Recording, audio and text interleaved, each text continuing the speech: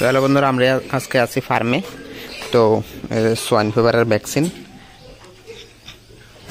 Classical swine ফিভারের রক্ষক ভ্যাকসিনটা এই বরফে, এখানের মধ্যে বরফের জলে রাখা হয়েছে। সবগুলো আজকে ফার্মে করা হইব।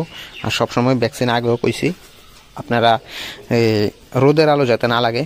দেখেন এখন রোদ পড়ে গেছে, অন্ধকার অন্ধকার হয়ে গেছে। এখন আমরা ভ্যাকসিন করতেছি, রোদের আলো যাতে না লাগে এরকম সময় সবগুলো ঠান্ডা করে নিছি। আর সবসময় আনার আগে এরকম প্লাক্সে করে আনবেন, বরফ দিয়ে সেরা, রোদের আলো যাতে না লাগে। প্লাক্সের ভিতরে বরফ, এটার মধ্যে 24 ঘন্টা বরফ দিলে বরফ থাকে। এরকম ভালো কোয়ালিটির প্লাক্সে করে সেরা সবসময় ভ্যাকসিন আনতে গেলে বাড়ির থেকে লয়ে যাবেন। প্লাক্স বরফ টরফ সহ লয়ে যাবেন, প্লাক্সে করে ঢুকাইয়া যাতে রোদ না লাগে এমনভাবে আনবেন। আইনা এখান থেকে 1 ml বা 2 ml জল লইবেন, লইয়া এটার মধ্যে ঢুকাইবেন জলটা।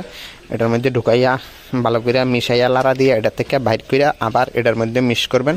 এটার মধ্যে মিক্সড করে এবার প্রত্যেকটা শুকরের 1 ml করে দিয়া দিবেন। এখানে 10 ml আছে, এই যে 10 ml 10টা শুকরের দেওয়ান যাব।